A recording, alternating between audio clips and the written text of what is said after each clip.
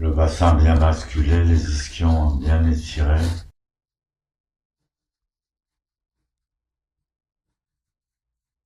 La colonne bien droite.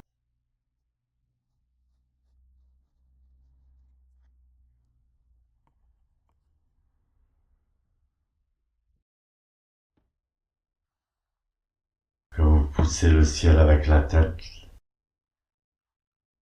la terre avec les genoux.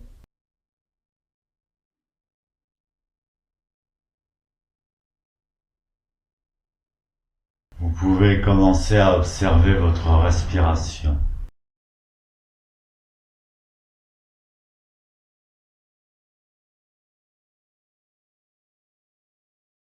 Dans la pratique du zazen, l'expiration est plus longue que l'inspiration.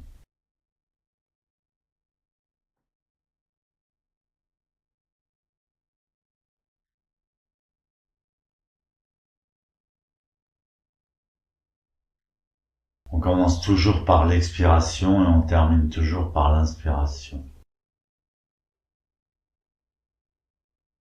On a coutume dans notre culture, quand on nous dit respirer, on a coutume à aspirer de l'air, à gonfler les poumons, remplir les poumons.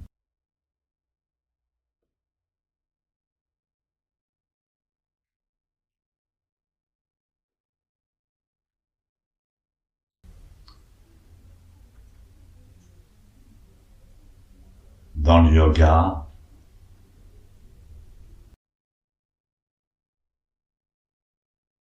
il y a certaines façons de respirer qui favorisent l'inspiration, donc qui consiste à d'abord remplir les poumons et bloquer l'air dans les poumons. Ça s'appelle le pranayama.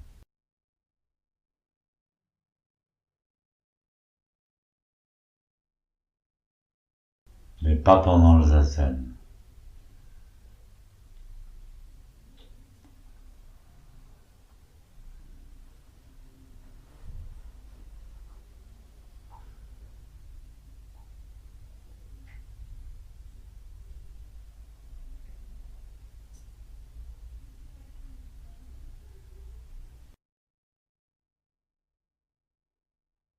Pendant zazen, on expire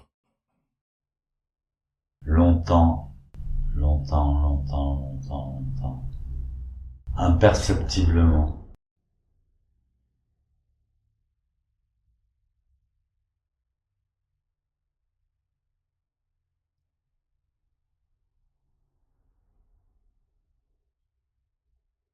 En pressant doucement la masse abdominale vers le bas et vers l'avant.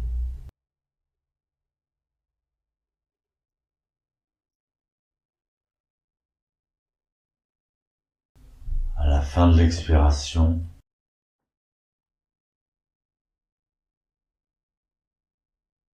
vous laissez l'air vous remplir automatiquement.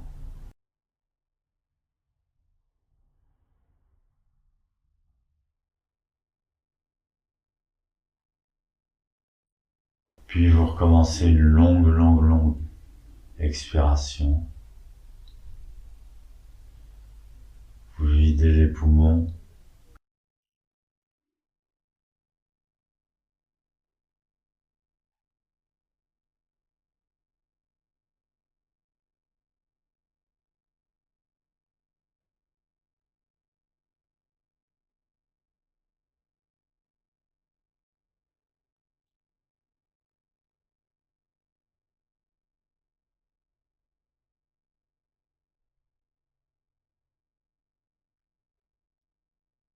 À la fin de l'expiration, laissez l'air vous remplir.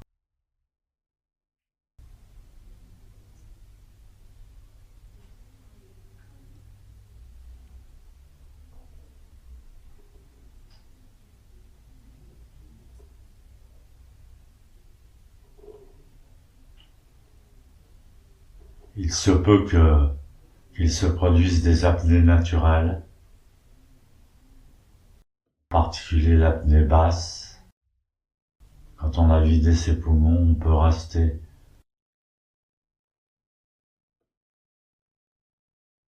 un certain temps en apnée basse,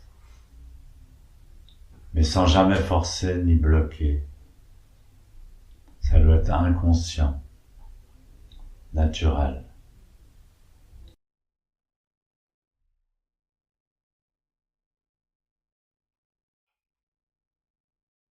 L'inspiration se fait automatiquement. On n'inspire pas consciemment. À partir du vide des poumons, on laisse l'air remplir les poumons. Là aussi, on peut ressentir le besoin de maintenir l'air quelques secondes ou quelques minutes en apnée haute. Mais encore une fois, ça doit toujours être naturel, jamais forcé.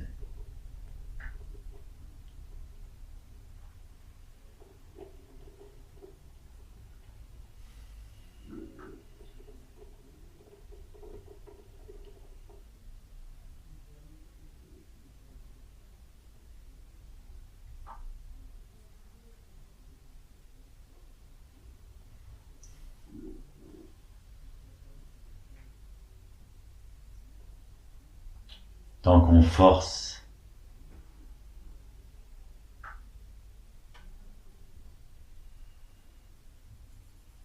on renforce l'ego au lieu de l'abandonner.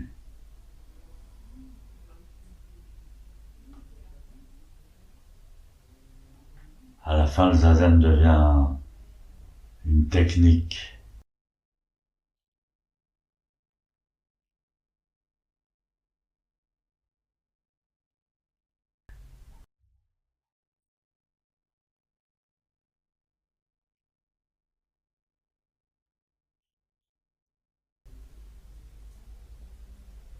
C'est très subtil, la relation entre la posture physique, l'attitude de l'esprit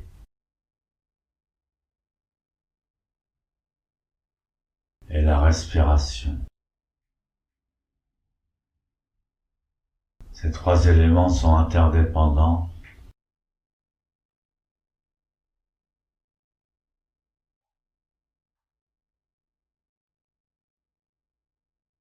À la fin, ils ne forment plus qu'une seule unité.